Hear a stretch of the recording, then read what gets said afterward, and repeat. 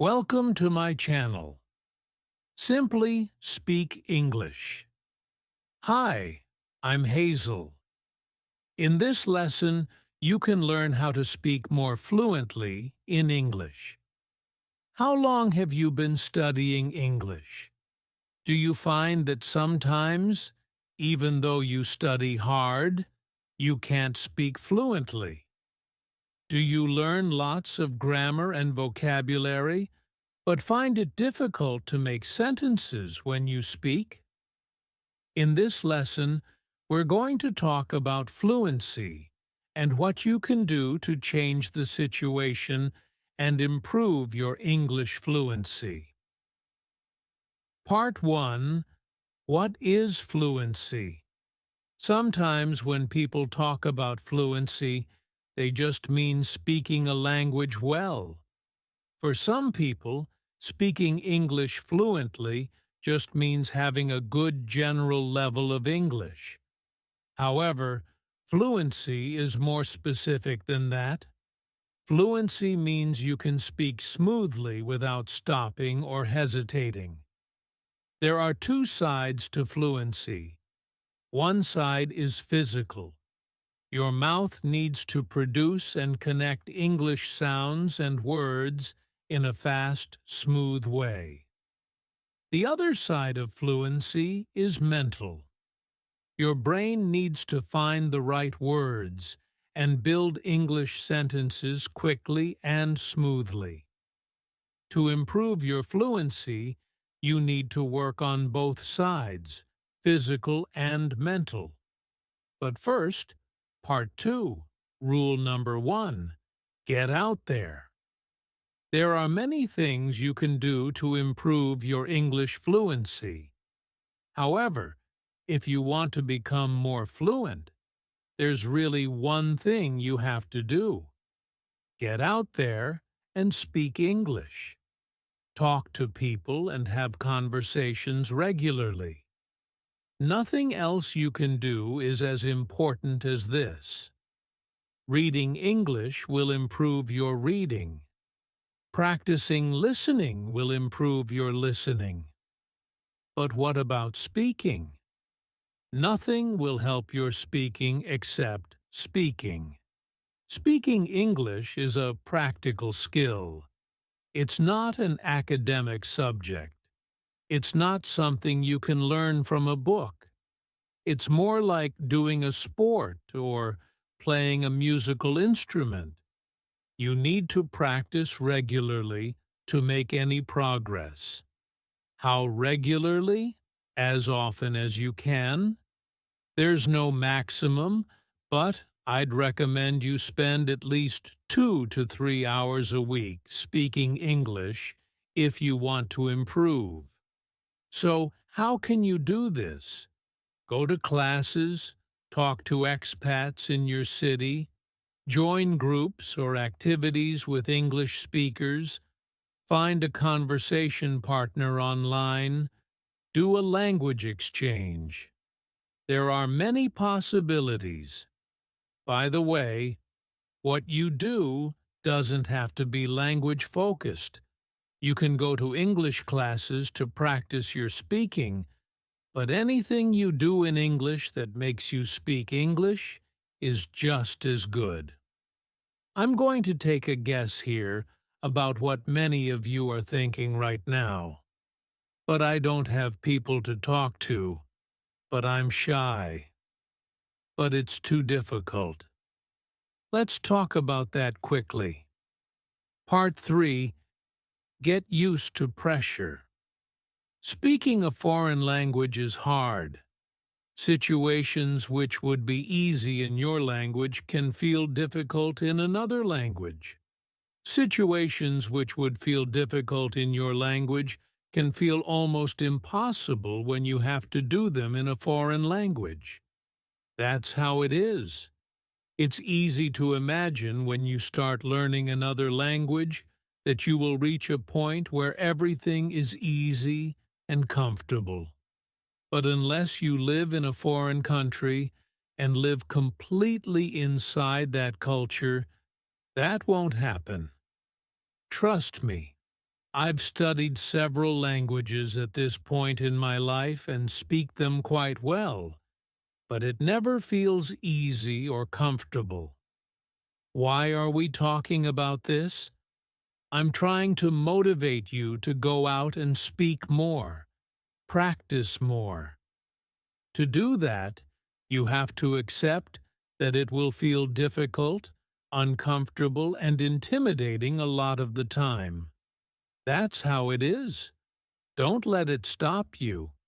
You can still practice, you can still communicate, and you can still improve. I'll give you an example of this from my own experience. I hate making phone calls in another language. I don't know why, but I find it particularly intimidating. I guess because I can't use context or facial expressions or anything like that to help me understand or communicate. I lived in Russia, and I studied Russian. I hated making phone calls in Russian. Then I lived in China, and I studied Chinese. I hated making phone calls in Chinese.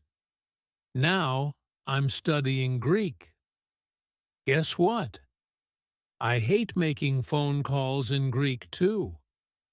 It still feels just as difficult and just as intimidating.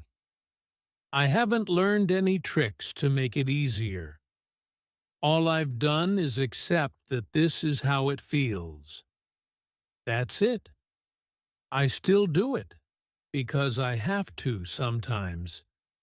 I just accept that I'm going to feel nervous or uncomfortable, and I have to speak and communicate anyway.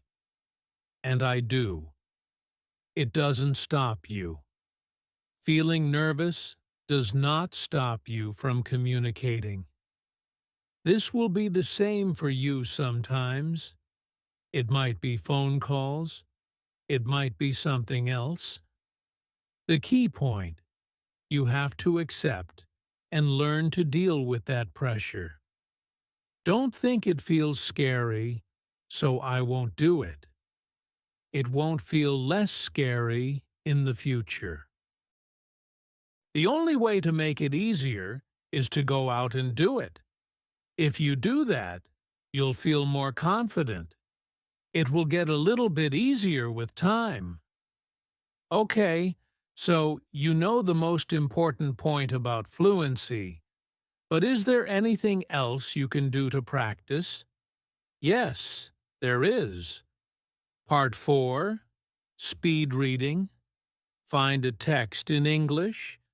It can be something from a textbook, from a newspaper, from a blog, or anywhere. The text should be fairly easy for you. Don't choose something with a lot of new words or something that is way above your current English level. Sit down with a timer. Read the text aloud. Time yourself. Now read it again. Try to beat your previous time. Keep going like this. See how fast you can read the text. What's this for? Remember that part of fluency is physical.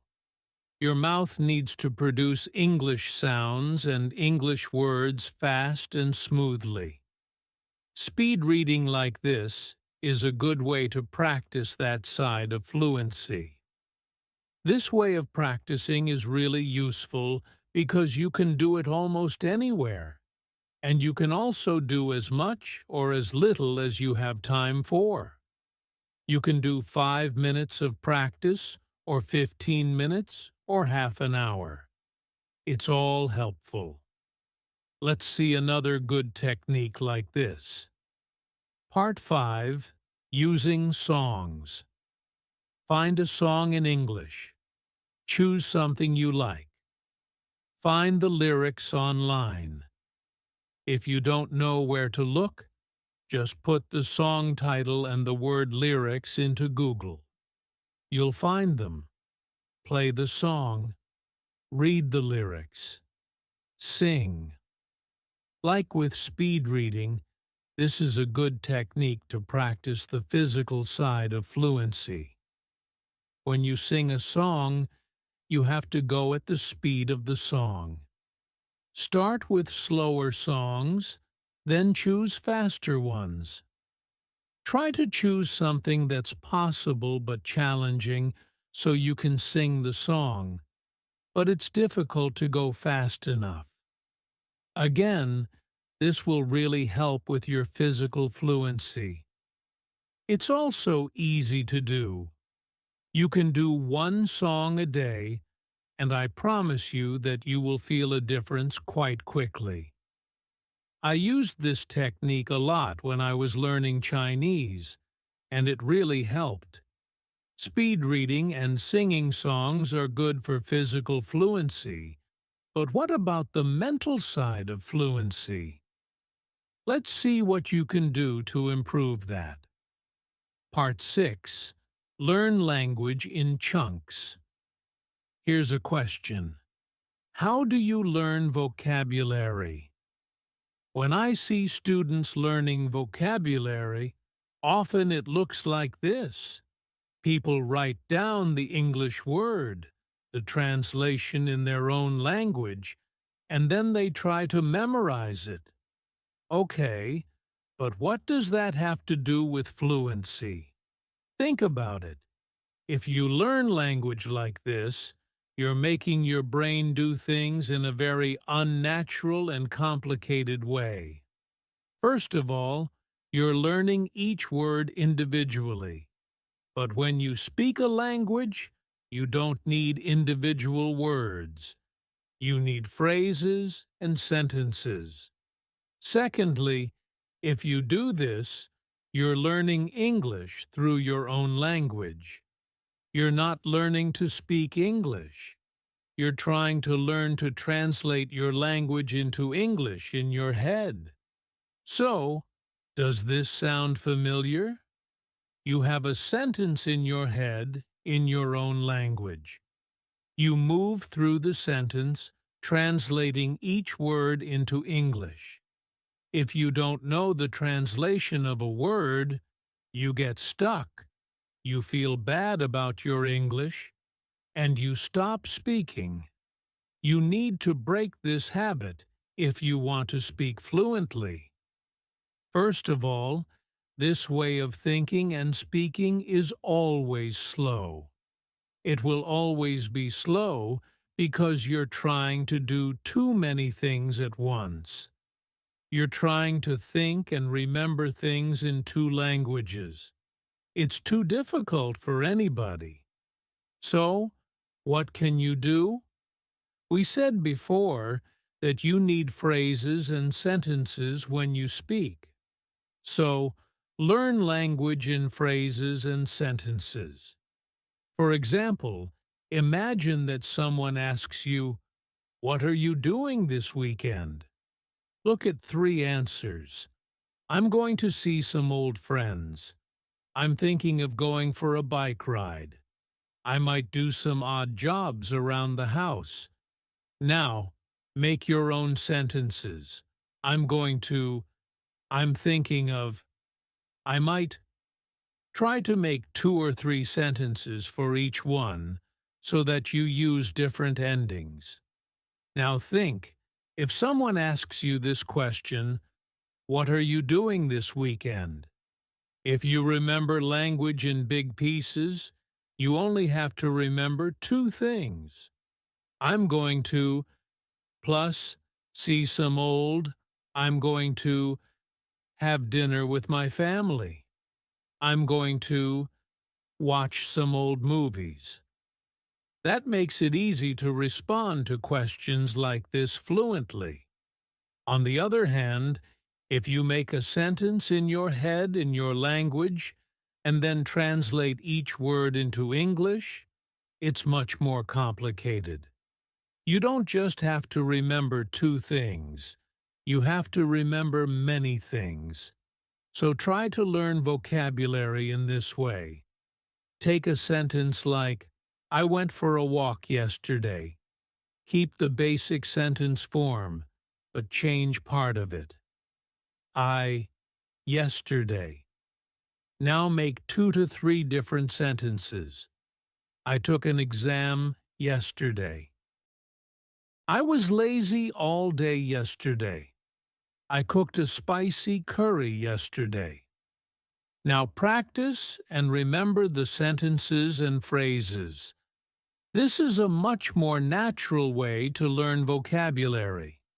If you learn vocabulary like this, it will be much easier to respond fluently because you won't need to think in your own language and translate. You'll remember the whole phrases and sentences that you need. Okay, that's the end of our lesson. I hope you learned something about spoken fluency and how you can improve your fluency in English. You can find more free English lessons on simplyspeakenglish.com. Thanks for watching. See you next time.